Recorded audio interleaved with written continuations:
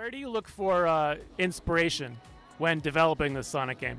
That's a tough one. I mean, I'm a big gamer. I play sort of a lot of games, so I see inspiration everywhere. But really, where it mostly came from for this project is just my experiences playing classic Sonic games. You know, I'm a huge Sonic fan, and there are things that I'd love to see. Like, I'd love to see being able to play the other characters. I think that was a cool thing. I wanted to explore more of this Sonic's world, right? You know, I love the speed stuff, but you know, everyone, you know, these designers and these level designers spend so much time building so much content, and you're going by it so fast.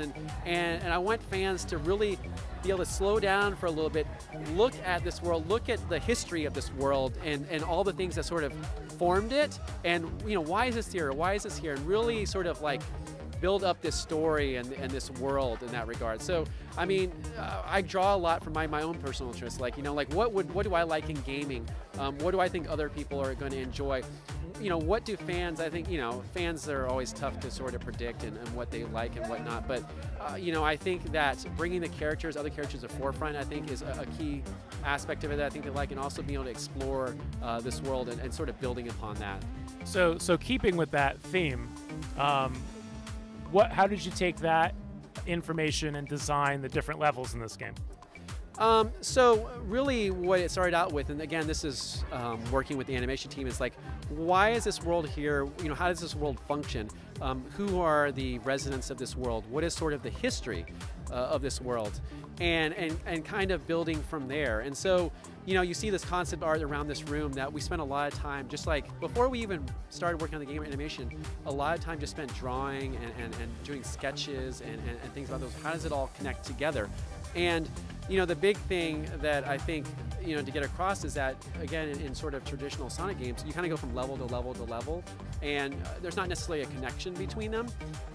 Part of the key components of sort of building this world is making sure that everything fits in its proper place, right? So there's, you know, there's hubs, there's things connected to it. You know, when you're heading in a direction, you know where that's going, and you know where you've been. And that carries forth again to the animation. And what's great about this collaboration is that we may take you to areas of this world that the animation doesn't, and then they might take you to places that we don't. So I think between the animation, the game, and the toy line, you're going to see this much bigger world than you're used to from past Sonic titles. How do you think fans will react to the new character designs? You know, again, that's a hard one to predict. I hope they fall in love with them like I do. I mean, the main thing I want to get across, which is really important to me and to my heart, is that no change, no single, you know, adjustment in these characters was done without a lot of thought. Like, every single component we spent long period of time on. And it may be something that's simple. You might think, oh, that's simple, or that's not major. Everything was major to us. And so, you know, I think if I had to message something to the fans and ones who are unsure, or they're used to the classic design of the characters, you know, really look at why we redid these characters.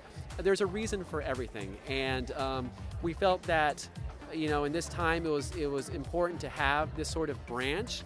And since it's a different type of gameplay and a different kind of experience, it also made sense to have a new set of designs of characters that sort of fit in that world versus traditional sort of modern Sonic and what he does so well. How has Sonic remained relevant all these years? You know, I think it's because, that the games change a lot, really. You know, speed is always a key component, especially in the past. But I don't think they really ever got into this sort of situation where they're just like doing the same sequel, the same sequel, the same sequel, same sequel. You know, Generations is very different from Lost World and things like that. And so I think the team, Sonic team especially, if I can, you know, put them in there, is like they're always trying something new. They're always trying to see like what resonates, what makes sense now, and let's try to sort of build that. So I think that helps. I mean, I think the character, the games have evolved so much over the years. There's always something unexpected and something refreshing. I think fans sort of resonate with that. And it's the same thing here. You know, it's like, again, it's sort of like this very new, different type of gameplay, new character designs. It's a new world, and hopefully that will continue the trend of like keeping people interested and excited about this franchise. What are your thoughts on the toy line and the TV series? I'm excited about both. I mean, first off, you know, since it's been such a long journey to design these new characters, finally being able to see them, you know, on the animation side or actually as physical toys is so exciting to me. You know, it was a long journey to get to where we are with these characters. We've gone through so many revisions, and you know, I'm excited to see what the toys do, and I'm just excited to, you know, turn on the TV and actually be able to see these characters on the TV screen on Cartoon Network. I mean, I'm looking forward to that. Okay. And final question: what is your favorite Sonic the Hedgehog game? Oh, that's a tough one. I'd probably say Sonic 3. I'm a big fan of that. I'm more of a classic Sonic guy. I certainly play all of them and like aspects of them, but I have such fond memories from younger days, you know, playing on the Genesis, and that always has a special place in my heart for sure. So it's always going to be those earlier Sonic titles for sure.